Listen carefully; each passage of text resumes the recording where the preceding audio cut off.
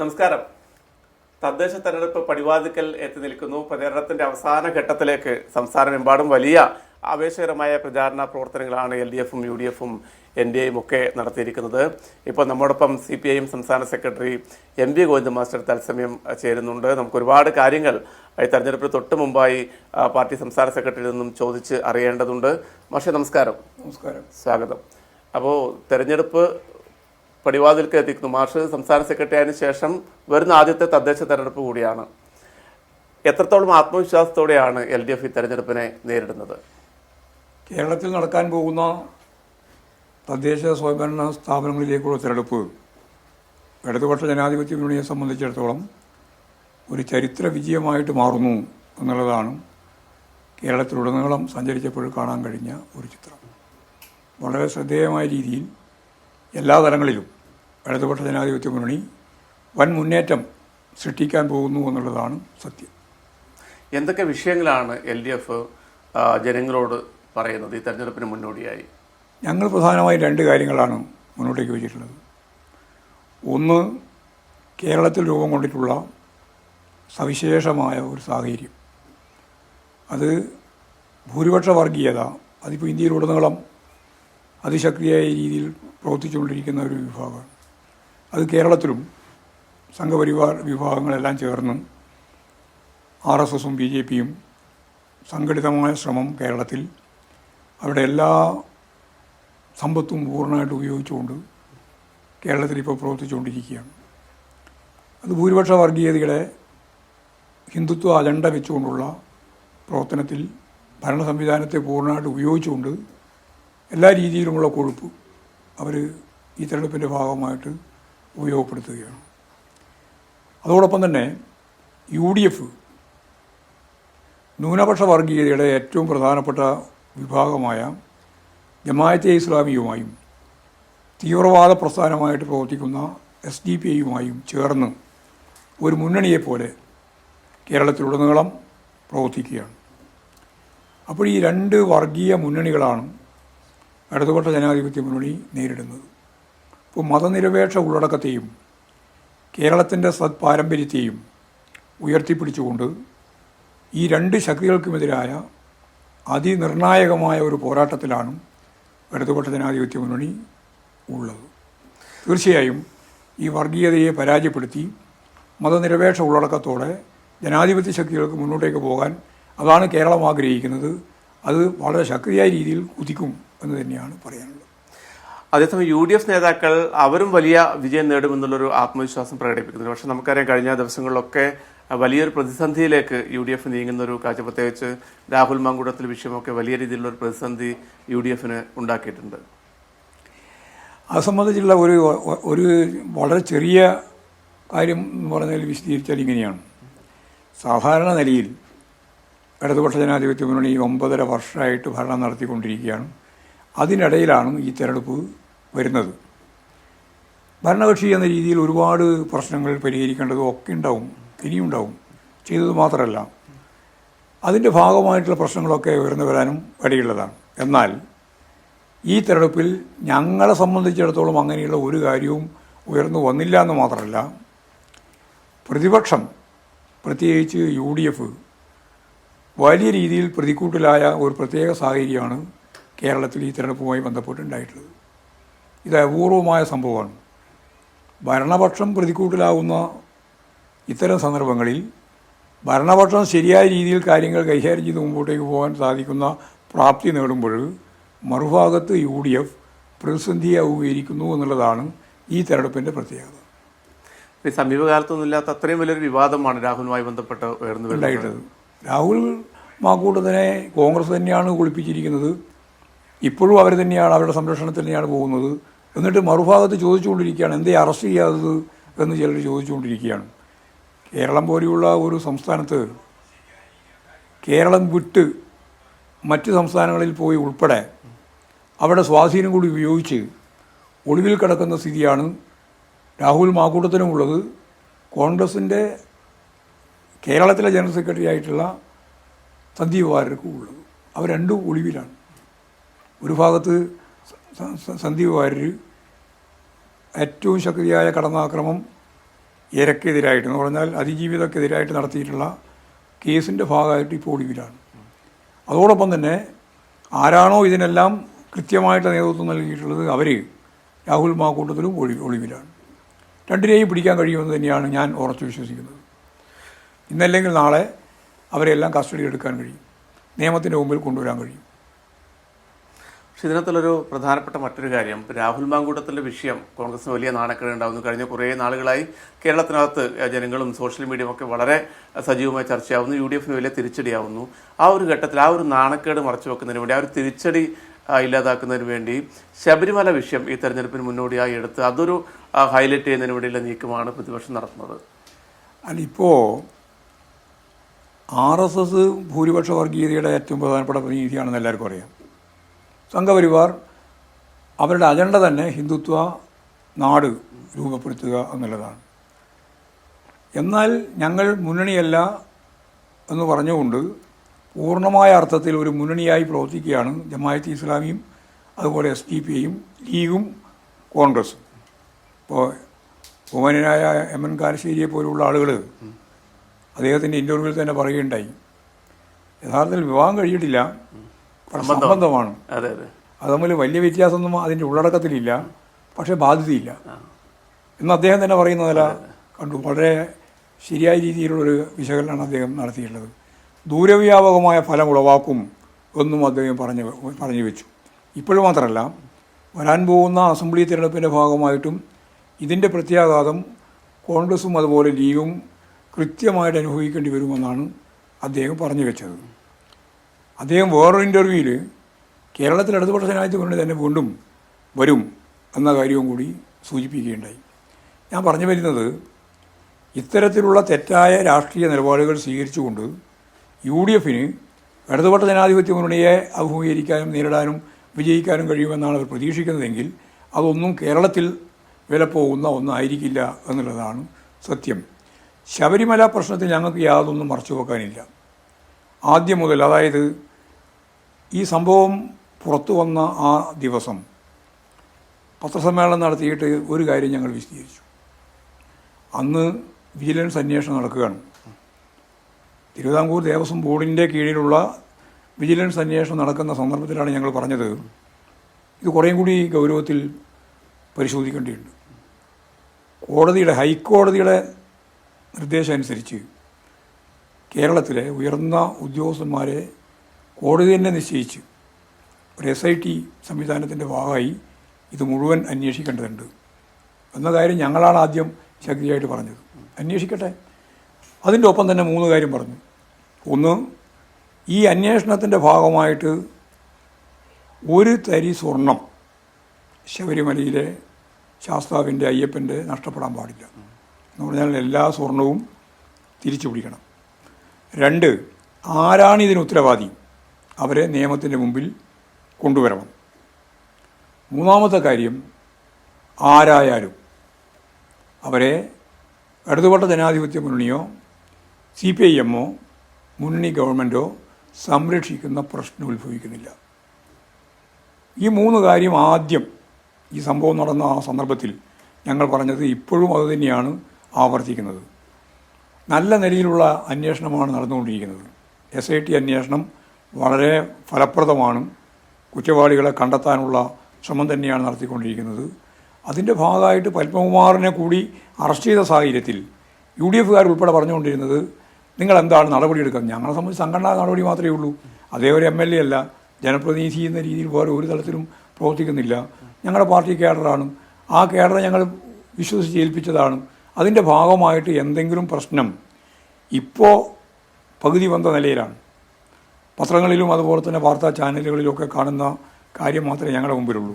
അതല്ലാതെ പൂർണ്ണമായ അർത്ഥത്തിൽ അന്വേഷണം പൂർത്തിയാകുന്നതോടുകൂടി എന്തൊക്കെയാണ് എന്നുള്ള വിവരം പുറത്തു വന്നു കഴിഞ്ഞാൽ ഒരു സംശയവും വേണ്ട, ആവശ്യമായ നിലപാട് ഞങ്ങൾ സ്വീകരിക്കും. അതിലൊരു കുറ്റവീഴ്ചയുമില്ല. അത് കോൺഗ്രസ് എടുത്തതുപോലെ സസ്പെൻഷൻ നടത്തിയെന്ന് പറയുക, എന്നിട്ട് പാലക്കാട് തെരഞ്ഞെടുപ്പിൽ ചുക്കാൻ പിടിക്കുക, ആ ടൈപ്പ് നിലപാടല്ല ഞങ്ങൾ സ്വീകരിക്കുക. ഉറച്ച നിലപാട് സ്വീകരിക്കും. ഒരു സംശയവും ആ കാര്യത്തിൽ ആർക്കും ഉണ്ടാവേണ്ട കാര്യമില്ല, ജനങ്ങൾക്കൊട്ടും ഉണ്ടാവുകയും ചെയ്യില്ല. കാരണം ഞങ്ങളെടുക്കുന്ന നിലപാട് സുതാര്യമായ കാര്യമാണ്. ആരായാലും അന്വേഷിക്കട്ടെ.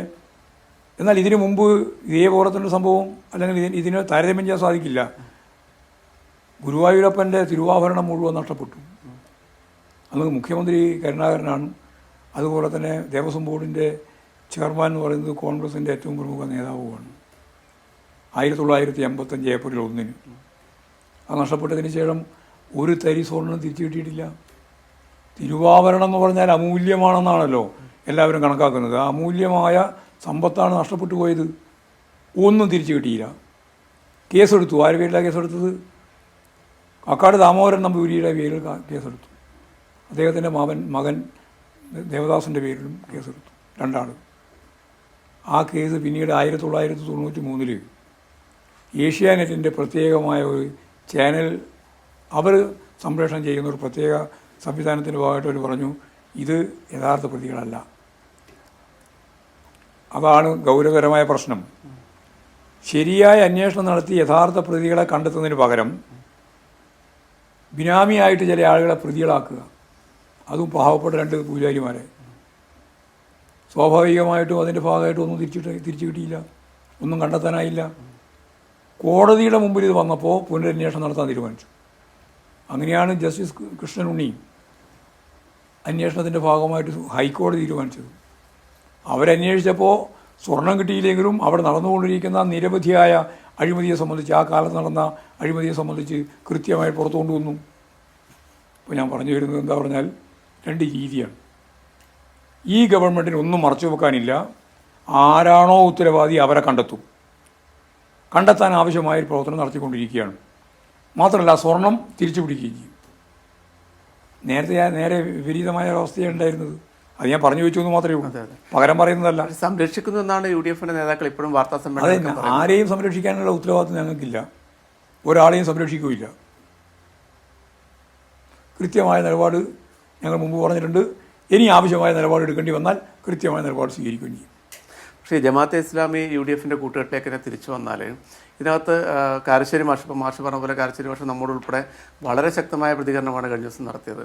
അതോടൊപ്പം തന്നെ സമസ്തയുടെ നേതാക്കൾ, കാന്തപുരം ഉൾപ്പെടെയുള്ള സാമുദായിക നേതാക്കളൊക്കെ അതിശക്തമായ വിമർശനവും മുന്നറിയിപ്പുള്ളത് ഈ ജമാഅത്തെ ഇസ്ലാമിയെ പോലെയുള്ള തീവ്ര മതരാഷ്ട്രവാദികൾക്ക് പൊതുസമൂഹത്തിൽ ഒരു ഇമേജ് ഉണ്ടാക്കി കൊടുക്കുന്നതിന് വേണ്ടി UDF നേതാക്കൾ തയ്യാറാകരുത് എന്നുള്ളൊരു നിർദ്ദേശം കൂടി അവർ മുന്നോട്ട് വെക്കുന്നുണ്ട്. അത് എത്രത്തോളം അപകടകരമാണ് ഈ ഒരു കൂട്ടുകെട്ട് വോട്ടിൻ്റെ അപ്പുറത്ത് കേരള രാഷ്ട്രീയത്തിനും കേരളീയ സമൂഹത്തിനും? അതായത് ഒരു ഭാഗത്ത് RSS എത്രത്തോളം അപകടകാരിയാണോ അതിൻ്റെ ജൂനിയർ പങ്കാളിത്തം, അത് അതേപോലെയാണെന്ന് ഞാൻ പറയുന്നില്ല, അതിൻ്റെ ഒരു ജൂനിയർ പങ്കാളിത്തമാണ് ജമാഅത്ത് ഇസ്ലാമിന് കേരളത്തിലുള്ളത്. കാരണം ജമാഅത്ത് ഇസ്ലാമിൻ്റെ ഏറ്റവും പ്രധാനപ്പെട്ട മുദ്രാവാക്യം മതരാഷ്ട്രം തന്നെയാണ്. ഇസ്ലാമിക ലോകമാണ്. മതരാഷ്ട്രം മാത്രമല്ല, ഇസ്ലാമിക ലോകം സൃഷ്ടിക്കണം എന്നാണ് അവരുടെ ഏറ്റവും പ്രധാനപ്പെട്ട മുദ്രാവാക്യം. അതിനുവേണ്ടി മരിച്ചാൽ അത് രക്തസാക്ഷിയാണ്, സ്വർഗത്തിലേക്ക് പോകാനുള്ള വഴിയാണ് എന്ന് വളരെ ശക്തിയായ രീതിയിൽ, തീവ്രവാദമായ രീതിയിൽ അവതരിപ്പിക്കുന്നവരാണ് ജമാഅത്തെ ഇസ്ലാമി. അത് നമ്മൾ കൃത്യമായിട്ട് മനസ്സിലാക്കി ഫലപ്രദമായ രീതിയിൽ അതിനെ പ്രതിരോധിക്കുന്നതിന് കേരളത്തിലെ ജനങ്ങൾ തയ്യാറാവും. കാരണം മുസ്ലിം സമുദായത്തിൽ ഇവർക്ക് സ്വാധീനമില്ല. ഇപ്പോൾ മുസ്ലിമിൻ്റെ വോട്ട് കിട്ടാൻ വേണ്ടിയാണല്ലോ ഇവർ നടക്കുന്നത്. അതിലെ തീവ്രവാദ വിഭാഗത്തിൻ്റെ സ്വാധീനം ശരിയാണ്. വിശ്വാസികളൊന്നും വർഗീയവാദികളല്ല, വർഗീയവാദികൾക്കൊന്നും വിശ്വാസവുമില്ല. ഇപ്പോൾ വർഗീയവാദത്തിനെതിരായ പോരാട്ടം എന്ന് പറയുന്നത് വിശ്വാസി സമൂഹത്തെ കൂടി മുഖവിലക്കെടുത്തുകൊണ്ടുള്ള പോരാട്ടമാണ്. അതുകൊണ്ട് ഈ 2 തീവ്രവാദ വലതുപക്ഷ വർഗീയ സമീപനങ്ങൾക്കുമെതിരായി ഹിന്ദുവിലെയും മുസ്ലിമിലെയും വിശ്വാസി സമൂഹത്തെ മുഴുവൻ ഉപയോഗപ്പെടുത്തി വേണം നമുക്ക് ഈ വർഗീയതയെ ഒറ്റപ്പെടുത്താൻ. ആ വർഗീയതയെ ഒറ്റപ്പെടുത്താനുള്ള ഏറ്റവും ശക്തിയായിട്ടുള്ള ഒരു പോരാട്ടം കേരളത്തിലെ വിശ്വാസികൾ ഉൾപ്പെടെയുള്ള സാമൂഹിക ജീവിതത്തിൻ്റെ എല്ലാ തുറകളിലുള്ള മനുഷ്യരെയും ചേർത്ത് നിർത്തിക്കൊണ്ട് നമുക്ക് മുന്നോട്ടേക്ക് കൊണ്ടുപോകാൻ കഴിയും എന്ന് തന്നെയാണ് ഞങ്ങൾ പ്രതീക്ഷിക്കുന്നത്. പക്ഷേ ഈ ഘട്ടത്തിൽ കോൺഗ്രസിലെ നേതാക്കൾ ഉയർത്തുന്ന മറ്റൊരു വിമർശനം നേരത്തെ LDFും ജമാഅത്തെ ഇസ്ലാമിയുമായി കൂട്ടുകൂടിയിട്ടുണ്ട് എന്നുള്ളതാണ്. ഞങ്ങൾ അതുമായിട്ട് ഒരു കൂട്ടുകൂടൽ ഇന്നേ വരെ ഉണ്ടായിട്ടില്ല. അവർ ഏകപക്ഷീയമായിട്ട് ചില സ്ഥാനാർത്ഥികളെ ഞങ്ങൾ പിന്തുണക്കുന്നു എന്ന് പ്രഖ്യാപിച്ചിട്ടുണ്ട്. അതിലിപ്പോൾ ഞങ്ങൾക്കൊന്നും ചെയ്യാൻ സാധിക്കില്ല. മറിച്ച് ജമാഅത്തെ ഇസ്ലാമിയുമായി ഒരു തരത്തിലുള്ള രാഷ്ട്രീയ കൂട്ടുകെട്ടും ഇടതുപക്ഷ ജനാധിപത്യ മുന്നണിയോ CPIMോ ഉണ്ടാക്കിയിട്ടില്ല, ഇനി ഉണ്ടാക്കുകയുമില്ല. അതിൽ കൃത്യമായ വ്യക്തമായ മറുപടിയാണ്. UDFന്റെ കോൺഗ്രസിൻ്റെ കാര്യത്തിലേക്ക് തന്നെ വന്നാൽ നമ്മൾ നേരത്തെയൊക്കെ പറഞ്ഞതുപോലെ സമീപകാലത്തൊന്നും കാണാത്ത അത്രയും വലിയൊരു പ്രതിസന്ധിയിലൂടെ മുന്നോട്ട് പോകുന്നു. അതിനകത്ത് വലിയ തമ്മിലടി. കഴിഞ്ഞ ദിവസം രമേശ് ചെന്നിത്തല, കോൺഗ്രസിൻ്റെ മുതിർന്ന നേതാവ്, മുൻ പ്രതിപക്ഷ നേതാവൊക്കെ ആയ രമേശ് ചെന്നിത്തല പാലക്കാട് ഒരു വാർത്താ സമ്മേളനം നടത്തുമ്പോൾ അതുപോലും പൂർത്തിയാക്കാൻ പറ്റാത്ത രീതിയിൽ കോൺഗ്രസിൻ്റെ പ്രവർത്തകർ ബഹളമുണ്ടാക്കുകയും അദ്ദേഹത്തെ അപമാനിക്കുകയൊക്കെ ചെയ്ത് നമ്മൾ ലൈവായി തത്സമയം ടി വിയിലൂടെയൊക്കെ കണ്ടുകൊണ്ടിരിക്കുകയാണ്. ക്രിമിനൽ വൽക്കരണമാണ് കോൺഗ്രസ് നടന്നുകൊണ്ടിരിക്കുന്ന ഏറ്റവും പ്രധാനപ്പെട്ട ഒരു കാര്യം. കോൺഗ്രസ് മഹാത്മാഗാന്ധി നയിച്ച ഒരു പാർട്ടിയുടെ തുടർച്ചയായിട്ടാണ് പറയുക. പക്ഷേ അതിൻ്റെ മുഖം മുഴുവൻ വളരെ വളരെ വികൃതമായി ജീർണമായിരിക്കുകയാണ്. കാരണം അതിജീവിതക്കെതിരായി ചരിത്രത്തിലില്ലാത്ത രീതിയിലുള്ള കടന്നാക്രമണമാണ് അവർ നടത്തിയത്. അത് ഷാഫി പറമ്പലിൻ്റെ നേതൃത്വത്തിൽ ഈ പറയുന്ന രാഹുൽ മാക്കൂട്ടത്തിൻ്റെ ടീം ഉൾപ്പെടെ നടത്തിയ കടന്നാക്രമണമാണ്. ആ കടന്നാക്രമണം യഥാർത്ഥത്തിൽ അതിജീവിതക്ക് എതിരായിട്ട് മാത്രമല്ല, യഥാർത്ഥത്തിൽ രാഹുൽ മാക്കൂട്ടത്തിനെതിരായിട്ട് നീങ്ങുന്നു എന്ന് കാണുന്ന കോൺഗ്രസിൻ്റെ അകത്തെ നേതാക്കന്മാരെയും അവർ കടന്നാക്രമിച്ചു. അതിൻ്റെ ഭാഗമായിട്ടാണ് രമേശ് ചെന്നിത്തല, അതുപോലെ തന്നെ രമേശ് ഉണ്ണിത്താൻ, ഇവരെല്ലാം അങ്ങനെയാണ്. അവർ പറഞ്ഞല്ലോ, വളരെ വ്യക്തമായിട്ട് പറഞ്ഞു, എന്നെപ്പറ്റി ഇനി എന്തെങ്കിലും പറഞ്ഞാൽ നിൻ്റെ മുഴുവൻ കാര്യം ഞാൻ പരസ്യമായി പുറത്തു പറയുമെന്നാണ് നമ്മുടെ എം പി വളരെ വ്യക്തതയോടുകൂടി പരസ്യമായിട്ട് സ്റ്റേറ്റ്മെൻറ്റ് കൊടുത്തിട്ടുള്ളത്. രാജ്മോഹൻ ഉണ്ണിത്താൻ്റെ ഒരു സ്റ്റേറ്റ്മെൻ്റ് അത്, ഞാൻ മുഴുവൻ പറയും. അതേപോലെ മുൻ പ്രതിപക്ഷ നേതാവ് രമേശ് ചെന്നിത്തല പറഞ്ഞ് ഒരുപാട് പരാതി അതിനു മുമ്പേ കിട്ടിയിട്ടുണ്ട്. ഇപ്പോൾ ചില മാധ്യമങ്ങൾ ശ്രമിക്കുന്നത് ഒരു പരാതിയും ഇല്ലാതെയാണ് രാഹുൽ മാക്കൂട്ടത്തിന് നേരെ ഞങ്ങൾ സസ്പെൻഷൻ നടപടി സ്വീകരിച്ചത് എന്നാണ്. അവരുടെ കയ്യിൽ അപ്പോൾ ഒരു 5-8 പരാതി ഉണ്ടായിരുന്നു എന്നുള്ളതാണ് സത്യം. ആ പരാതി എല്ലാവരും മൂടി വെക്കുകയായിരുന്നു. തെളിവുകൾ വന്നപ്പോഴാണ് ഗത്യന്തരില്ലാതെ അവർക്ക് നടപടി സ്വീകരിക്കേണ്ടി വന്നത്. ലോകത്തോട് വിളിച്ചു പറയുന്ന, ഇപ്പം നമ്മൾ അതിജീവിത എന്ന് പറയുന്ന ആ പെൺകുട്ടി അല്ലെങ്കിൽ ആ സ്ത്രീ പരസ്യമായിട്ട് ജനങ്ങൾ കേൾക്കത്തക്ക രീതിയിലാണ് വിശദീകരിച്ചത്. ആ വിശദീകരണം തെളിവായിട്ട് വന്നപ്പോൾ പിന്നെ കോൺഗ്രസിനൊന്നും ഒരു കാര്യത്തിലും മറച്ചു വെക്കാൻ പറ്റില്ല. അപ്പോഴാണ് സസ്പെൻഷനിലേക്ക് പോകേണ്ടി വന്നത്. ജാമ്യം കിട്ടില്ല എന്ന് ഉറപ്പ് വന്നപ്പോഴാണ്, കൽത്തുറുങ്കിലാകും എന്ന് ഉറപ്പ് വന്നപ്പോഴാണ് അവർ രാഹുൽ മാക്കൂട്ടത്തെ പുറത്താക്കാൻ തീരുമാനിച്ചത്. ഷാഫി പറമ്പിൽ ഇപ്പോഴും പറയുന്ന അത്തരം ഒരു ഗൗരവമുള്ള പരാതികളൊന്നും തൻ്റെ കയ്യിലേക്ക് വന്നിട്ടില്ല എന്നുള്ളതാണ്. പക്ഷേ കോൺഗ്രസിലെ തന്നെ സാംസ്കാരിക പ്രവർത്തക കഴിഞ്ഞ ദിവസം ഷഹനാസൊക്കെ വെളിപ്പെടുത്തിയിരുന്നു. ഇതൊക്കെ നേരത്തെ തന്നെ ഷാഫിയോട് പറഞ്ഞതാണ്. ഷഹനാസ് വളരെ വ്യക്തമായിട്ട് പറഞ്ഞല്ലോ. ഇപ്പോൾ അവരെല്ലാറ്റിൽ നിന്ന് ഒഴിവായിക്കൊണ്ടിരിക്കുകയാണ്. ആരാണോ ഇവർക്കെതിരായിട്ട് വിമർശനം നടത്തുന്നത്, അതാണ് ക്രിമിനലിസത്തിൻ്റെ ഏറ്റവും പ്രധാനപ്പെട്ട സവിശേഷത. ആരാണോ ഇവർക്കെതിരായിട്ട് വിമർശിക്കുന്നത് അവരില്ല, അവർ നേതൃത്വ സ്ഥാനത്തില്ല, അവർ ആരായാലും അവരെ ഒഴിവാക്കുക എന്നുള്ള സമീപനമാണ് സ്വീകരിച്ചുകൊണ്ടിരിക്കുന്നത്. ഒരു ജീർണമായ ഒരു അവസ്ഥയാണ്. ചില നേതാക്കന്മാർ പറഞ്ഞത് രാഹുൽ മാക്കൂട്ടത്തിൽ യഥാർത്ഥത്തിൽ കേരളത്തിൻ്റെ ഭാവി മുഖ്യമന്ത്രിയാണെന്നാണ്. വലിയ നേട്ടമാണ് എന്നാണ് അവതരിപ്പിച്ചുകൊണ്ടിരിക്കുന്നത്. കോൺഗ്രസിൻ്റെ തന്നെ പ്രമുഖ നേതാക്കൾ ചിലരുടെ പോസ്റ്റാണ് നമ്മൾ കണ്ടത്. ഇതല്ലേ നമ്മുടെ രാജ്യത്തിൻ്റെ സ്ഥിതി. കേരളത്തെ സംബന്ധിച്ചിടത്തോളം അപമാനകരമായൊരവസ്ഥയാണ്. ഇതുപോലെ താരതമ്യം ചെയ്യാൻ സാധിക്കുന്ന ഒരു സംഭവം കേരള രാഷ്ട്രീയത്തിലോ ഇന്ത്യൻ രാഷ്ട്രീയത്തിലോ ഉണ്ടാവും എനിക്ക് തോന്നുന്നില്ല. അത്രയും വലിയ ക്രൂരതയാണ് പീഡനവുമായിട്ട് ബന്ധപ്പെട്ട് രാഹുൽ മാക്കൂട്ടത്തിൻ്റെ ഭാഗം 10-18 എണ്ണാണ് വന്ന് നിൽക്കുന്നത്. അത് ഓരോന്നോരോന്നായിട്ട് വരും. അതിനെ പ്രതിരോധിക്കാനാണ് എന്ന് പറഞ്ഞാൽ ഇനി ഒരു അതിജീവിതയും പരാതിയായിട്ട് രംഗത്ത് വരാതിരിക്കാൻ വേണ്ടിയിട്ടാണ് ഇപ്പോൾ പുറത്തു വന്നവരെ അപമാനിക്കുന്നതിന് വേണ്ടിയുള്ള പ്രവർത്തനങ്ങൾ നടത്തിയത്. അതൊരു മുന്നൊരുക്കായിരുന്നു. ഒരു കൃത്യമായ പ്ലാൻ ചെയ്ത ആസൂത്രിതമായ ഗൂഢാലോചനയായിരുന്നു ആ സ്ത്രീയെ പരസ്യമായിട്ട് അപമാനിക്കുക എന്നുള്ളത്. ഇനി ആരും പരാതിയായിട്ട് വരാൻ പാടില്ല. പക്ഷേ പരാതിയായിട്ട് വീണ്ടും വന്നു. ഇപ്പോൾ 2 കേസായി. ഷാഫീൻ്റെ മുമ്പിൽ പറഞ്ഞ പരാതിയാണ് നേരത്തെ പറഞ്ഞത്. ഇനിയും കേസ് വരും. ഞങ്ങൾക്കതിൽ യാതൊരു സംശയമില്ല. കാരണം ഈ നല്ലതുപോലെ കേരളത്തിലെ ഈ അനുഭവത്തെ അടിസ്ഥാനപ്പെടുത്തിയിട്ട് അതിജീവിതമാർ ഇനിയും രംഗത്ത് വരാൻ സാധ്യതയുണ്ട് എന്നാണ് എൻ്റെ ഒരു തോന്നൽ. പക്ഷേ ഇപ്പം ഈ BJP-യിലേക്ക് വന്നാൽ BJP പറയുന്നത് 25% വോട്ട് ഷെയറിങ് അവർ നേടും എന്നുള്ളതാണ്. എന്താണ് BJP-യുടെ ഒരു ഇടപെടലിനെ കുറിച്ച് CPIM-ൻ്റെ LDF-ൻ്റെ ഒരു BJP-യുടെ കഴിഞ്ഞ പാർലമെൻറ്റ് തിരഞ്ഞെടുപ്പിൽ അവർ മുന്നോട്ടേക്ക് വെച്ച ഒരു മുൻകൈ ഉണ്ട് അവർക്ക്. കേരള രാഷ്ട്രീയത്തിൽ ഇടതുപക്ഷം, അതുപോലെ തന്നെ വലതുപക്ഷം, പിന്നെ BJP എന്ന രീതിയിലുള്ള ഒരു 3 കക്ഷി സംവിധാനത്തിൻ്റെ ഒരു പശ്ചാത്തലം അവർ ഒരുക്കിയിരുന്നു. ഇപ്രാവശ്യം ഈ തെരഞ്ഞെടുപ്പിൽ അതിൽ നിന്ന് അവർ ദുർബലരാകുകയില്ല. വോട്ട് ചിലപ്പോൾ എല്ലാ പഞ്ചായത്തിലും മുനിസിപ്പാലിറ്റിയിലും കോർപ്പറേഷനിലും ഒക്കെ അവർ ഒരു പിടി സ്ഥാനാർത്ഥികളെ നിർത്തിയിട്ടുണ്ട് എന്നുള്ളതുകൊണ്ട് വോട്ട് ഷെയറിൻ്റെ കാര്യത്തിലല്ല ഞാൻ പറയുന്നത്. അവർ ദുർബലമാകുക, വോട്ട് ഷെയറും കുറയുക. അവർ 25% പറയുന്നത്. അതൊന്നും നേടാൻ കേരളത്തിൽ അവർക്ക് സാധിക്കുന്നതല്ല എന്നുള്ളതാണ് വളരെ വ്യക്തതയോടുകൂടിയുള്ള ഉത്തരം. ഒരുപാട് സാമ്പത്തിക പ്രശ്നങ്ങൾ, ഒരുപാട് ആത്മഹത്യകൾ നേതാക്കളുടെ തിരുവനന്തപുരത്തൊക്കെ വലിയ ആഭ്യന്തര പ്രശ്നങ്ങൾ നടന്നുകൊണ്ടിരിക്കുകയാണ്. ആഭ്യന്തര പ്രശ്നം BJPയും വലിയ രീതിയിൽ വലച്ചിട്ടുണ്ട്. നിരവധി റബലുകൾ മത്സരിച്ചിട്ടുണ്ട്. മാത്രമല്ല അവർക്ക് താല്പര്യമില്ലാത്തവർ മരിക്കുമ്പോൾ, അതായത് ആത്മഹത്യ ചെയ്താൽ അപ്പോൾ ഞങ്ങളുമായിട്ട് യാതൊരു ബന്ധമില്ല എന്ന് പരസ്യമായി പറയുകയും പിന്നീട് RSകാരെ തിരുത്തി RSSൻ്റെ പ്രമുഖ നേതാവാണെന്ന് പറയുകയും പിന്നീട് സമ്മതിക്കേണ്ടി വരികയും ചെയ്യുന്ന അവസ്ഥ ഉൾപ്പെടെ അവിടെ ഉണ്ടായി തമ്പിയുടെ കാര്യത്തിൽ. ഇങ്ങനെ ഒരുപാട് കാര്യങ്ങൾ നമ്മൾ കണ്ടു. പക്ഷേ ഇപ്പോൾ തെരഞ്ഞെടുപ്പ് ഇപ്പോൾ 1ാം ഘട്ടം വരാൻ വേണ്ടി പോകുന്നു, തൊട്ടടുത്ത് തന്നെ 2ാം ഘട്ട തെരഞ്ഞെടുപ്പ് വരുന്നു. കണ്ണൂരിലേക്ക് വന്നാൽ ഇവിടെ മാഷ് നിൽക്കുന്ന മാഷിയുടെ സ്വന്തം നാട്ടിൽ പോലും LDFന് എതിർ സ്ഥാനാർത്ഥികളുണ്ട്. മാഷിക്ക് ഇത്തവണ വോട്ട് ചെയ്യാൻ വേണ്ടി പറ്റില്ല അല്ലേ? പക്ഷേ ഈ കണ്ണൂർ ഇപ്പോൾ കണ്ണപുരത്തും അതോടൊപ്പം തന്നെ മലപ്പുറത്തും ആന്തൂരിലൊക്കെ അങ്ങനെ എതിരില്ലാതെ സ്ഥാനാർത്ഥികൾ ജയിക്കപ്പെടുന്ന ഘട്ടത്തിൽ കോൺഗ്രസും BJPയും ഒക്കെ പറയുന്നത് CPM പ്രവർത്തകർ അവരെ ഭീഷണിപ്പെടുത്തിക്കൊണ്ടാണ് ഈ സ്ഥാനാർത്ഥിത്വം പിൻവലിപ്പിക്കുന്നത് എന്നുള്ളതാണ്. എന്താ അതിൻ്റെ ഒരു വസ്തുത സ്വാഭാവികമായിട്ടും നാട്ടുകാർക്ക് അറിയാൻ ആഗ്രഹമുണ്ട്. തെറ്റായ ഒരു പ്രചാരവേദിയാണ്. എത്രയോ കാലമായിട്ട് ഈ പ്രചാരവേദിയുണ്ട്. തദ്ദേശ സ്വയംഭരണ സ്ഥാപനങ്ങളിലേക്കുള്ള തിരഞ്ഞെടുപ്പ് നടക്കുന്ന എല്ലാ ഘട്ടത്തിലും ആന്തൂര്, മലപ്പട്ടം, കണ്ണപുരം ഉൾപ്പെടെയുള്ള മേഖലയിൽ, അതുപോലെ മടിക്കൈ അങ്ങനെയുള്ള മേഖലയിൽ എതിരില്ലാതെ ഒരുപാട് സ്ഥാനാർത്ഥികൾ ജയിക്കാറുണ്ട്.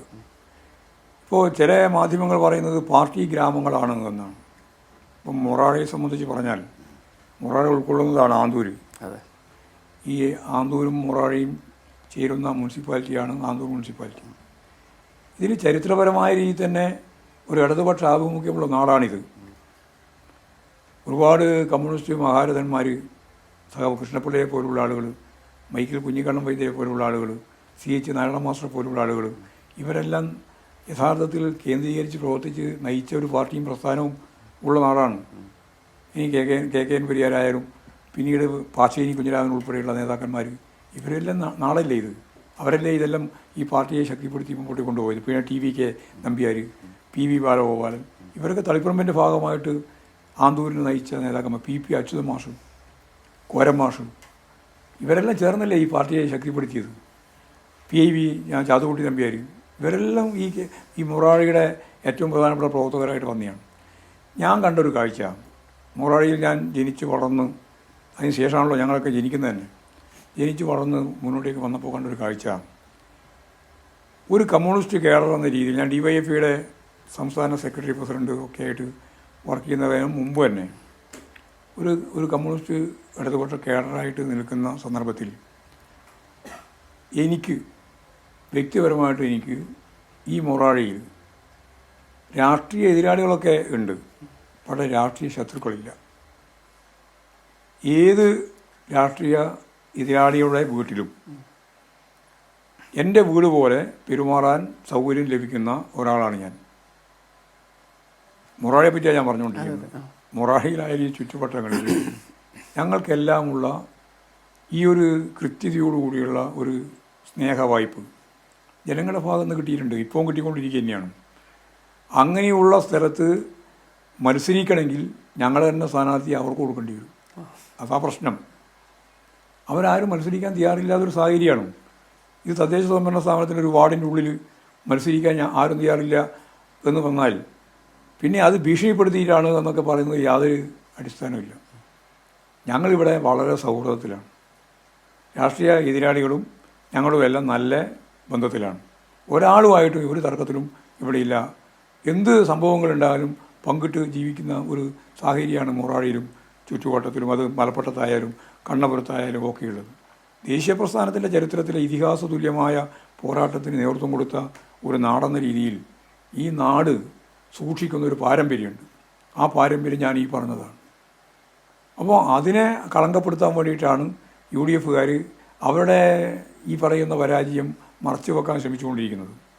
അതവർ പരാജയമായിട്ട് കാണേണ്ടതില്ല എന്നാണ് എനിക്ക് തോന്നുന്നത്. രാഷ്ട്രീയ പാർട്ടികൾ എല്ലാ സ്ഥലത്തും ഒരേപോലെ സ്വാധീനം ഉണ്ടാവില്ലല്ലോ. സ്വാഭാവികമായിട്ട് ഇവിടെ ഇല്ല. മാത്രമല്ല ഇവിടെ എല്ലാ സീറ്റിലും ഇടതുപക്ഷ ജനാധിപത്യ മുന്നണി മത്സരിച്ചാലും ജയിക്കുന്നതാണ്.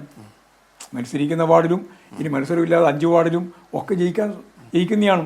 അതുകൊണ്ട് ഭീഷണിപ്പെടുത്തി ആരെങ്കിലും നീ മത്സരിക്കേണ്ടിയില്ല എന്ന് പറയിക്കേണ്ട യാതൊരു കാര്യവും ഞങ്ങളെ സംബന്ധിച്ചിടത്തോളം ഇല്ല.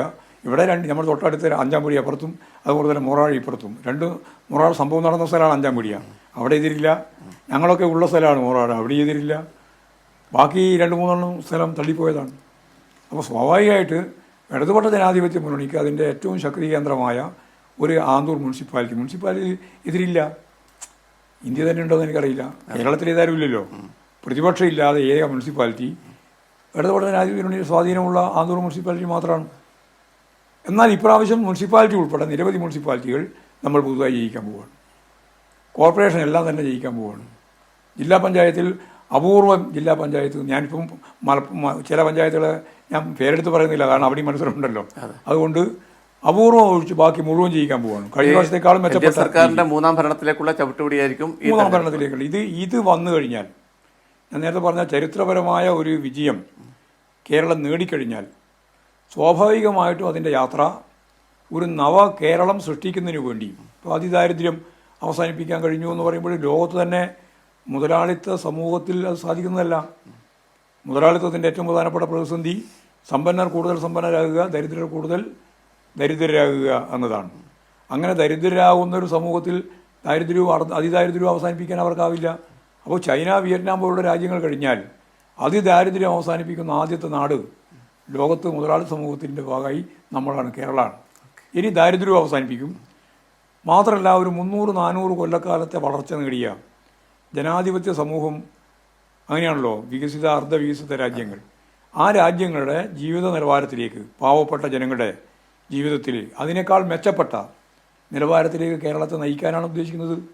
അപ്പോൾ ഇവിടെ നമ്മുടെ വികസനം, പ്രാദേശിക തലത്തിലുള്ള വികസനങ്ങൾ, അതുപോലെ തന്നെ സ്കൂള്, വിദ്യാഭ്യാസ മേഖല, ആശുപത്രി, നമ്മുടെ ആതുര ശുശ്രൂഷ ഉൾപ്പെടെയുള്ള മേഖല, പിന്നെ വീട്, ലൈഫ് പദ്ധതി, അതുപോലെ തൊഴിൽ നൽകുന്നതിന് വേണ്ടിയുള്ള ശ്രമം, ലക്ഷക്കണക്കിന് പുതിയ സംരംഭകർ വ്യാവസായിക മേഖലയിൽ കടന്നു വന്നത്, തൊഴിൽ ലഭിക്കുന്ന ഒരു പുതിയ ജനവിഭാഗമായിട്ട് കുടുംബശ്രീ സംവിധാനം രൂപപ്പെട്ടത്, 3 ലക്ഷം ആളുകൾക്കാണ് ഇപ്പോൾ ജോലി കൊടുക്കാൻ ഉദ്ദേശിക്കുന്നത്. ഇങ്ങനെ 10-20 ലക്ഷം ആളുകൾക്ക് ജോലി ലഭിക്കാൻ പോകുന്ന, അല്ലെങ്കിൽ കിട്ടിക്കൊണ്ടിരിക്കുന്ന ഒരു പശ്ചാത്തലമാണ് യഥാർത്ഥത്തിൽ കേരളത്തിലുള്ളത്. കേരളത്തിൻ്റെ ഇനി അങ്ങോട്ടുള്ള യാത്ര എന്ന് പറയുന്നത് ഈ അടിസ്ഥാന പ്രശ്നങ്ങളെല്ലാം പരിഹരിച്ചു കഴിഞ്ഞാൽ, വീടിൻ്റെ പ്രശ്നം, വിദ്യാഭ്യാസത്തിൻ്റെ പ്രശ്നം, അതുപോലെ തന്നെ തൊഴിലിൻ്റെ പ്രശ്നം ഉൾപ്പെടെ പരിഹരിക്കാൻ ആവശ്യമായ ഇടപെടൽ നടത്താം. 2 ലക്ഷം കോടി രൂപ നിക്ഷേപിക്കാനുള്ള ഗ്യാരണ്ടിയാണ് നമുക്ക് കിട്ടിയിട്ടുള്ളത്. നമ്മൾ എറണാകുളത്ത് വെച്ച് നടത്തിയിട്ടുള്ള ഏറ്റവും പ്രധാനപ്പെട്ട ഇൻവെസ്റ്റ്മെൻറ്റ് മീറ്റിൽ അന്ന് 1,52,000 കോടി രൂപ കിട്ടി. പിന്നെയും കൂടി ചേർന്ന് വന്നപ്പോൾ രാജീവൻ പറഞ്ഞത് അത് ഏതാണ്ട് 2 ലക്ഷം കോടിയായി എന്നാണ്. 2 ലക്ഷം കോടി രൂപ നിക്ഷേപിക്കാനുള്ള സൗകര്യം, കിഫ്ബി ഏതാണ്ട് 1 ലക്ഷം കോടി രൂപ നിക്ഷേപം നടത്തിയിട്ടുള്ള ഒരു പുതിയ കേരളം രൂപപ്പെട്ട് വന്നിട്ടുണ്ട്. പശ്ചാത്തല സൗകര്യം വികസനം, റോഡ്, പാലം, ആശുപത്രി കെട്ടിടങ്ങൾ, സ്കൂൾ കെട്ടിടങ്ങൾ, നമ്മുടെ നാഷണൽ ഹൈവേ, ഇങ്ങനെയുള്ള എല്ലാ സംവിധാനങ്ങളെയും ഫലപ്രദമായിട്ട് മുന്നോട്ടേക്ക് കൊണ്ടുപോകാൻ കഴിഞ്ഞ ഒരു സാഹചര്യമാണ് കേരളത്തിലുള്ളത്. അപ്പോൾ വികസനത്തിൻ്റെ കാര്യം പറഞ്ഞാൽ അത്ര മണിക്കൂർ പറഞ്ഞാലും തീരാതെ അത്ര കാര്യം നമുക്കിവിടെ പറയാനുണ്ട്. മലയോര ഹൈവേ, തീരദേശ ഹൈവേ, നാഷണൽ ഹൈവേ ഉൾപ്പെടെയെല്ലാം. അപ്പോൾ ജനങ്ങൾ കാണുന്നുണ്ട്, അനുഭവവേദ്യമാണ് അവർക്ക്. ആ അനുഭവവേദ്യമാവുന്നത് വികസനത്തിൻ്റെ ഒരു പെരുമഴയാണ്. ഇതിൽ നിന്ന് നമുക്ക് 3ാം ടേമിലേക്ക് കടക്കാൻ സാധിക്കണം. ഒരു പുതിയ കേരളം, നവകേരളം രൂപപ്പെടണം. അത് ഞാൻ നേരത്തെ പറഞ്ഞ പോലെ ലോകത്തെ മുതലാളിത്ത സമൂഹത്തിലുള്ള, ഇപ്പോൾ ഞാൻ നേരത്തെ ചൂണ്ടിക്കാണിച്ച അർദ്ധ വികസിത സമൂഹത്തിൻ്റെ അവരുടെ ജീവിതത്തേക്കാൾ മെച്ചപ്പെട്ട, അതേ ജീവിതമല്ല, അതിനേക്കാൾ മെച്ചപ്പെട്ട ജീവിതം സാധാരണ ജനങ്ങൾക്ക് നൽകാൻ സാധിക്കുന്ന ഒന്നിലേക്കാണ് നമ്മുടെ യാത്ര. അതിനെയാണ് നവകേരളം എന്ന് പറയുക. നമുക്ക് നവകേരളം സൃഷ്ടിക്കാനാവും. അതിൻ്റെ കേളിക്കൊട്ടാണ് തദ്ദേശ സ്വയംഭരണ സ്ഥാപനങ്ങളിലേക്കുള്ള തെരഞ്ഞെടുപ്പ്. ഈ തെരഞ്ഞെടുപ്പിൽ വമ്പിച്ച വിജയം നേടാൻ, ചരിത്ര വിജയം നേടാൻ ഇടതുപക്ഷ ജനാധിപത്യ മുന്നണിക്കാവും എന്നുള്ളതാണ് നമ്മുടെ മുമ്പിലുള്ള ഏറ്റവും പ്രധാനപ്പെട്ട സവിശേഷത. ഇപ്പോൾ CPI സംസ്ഥാന സെക്രട്ടറി ഗോവിന്ദൻ മാഷാണ് വളരെ വിശദമായി നമ്മോട് ഇത്രയും നേരം സംസാരിച്ചത്. മാഷ, എല്ലാവിധ ആശംസകളും. നന്ദി.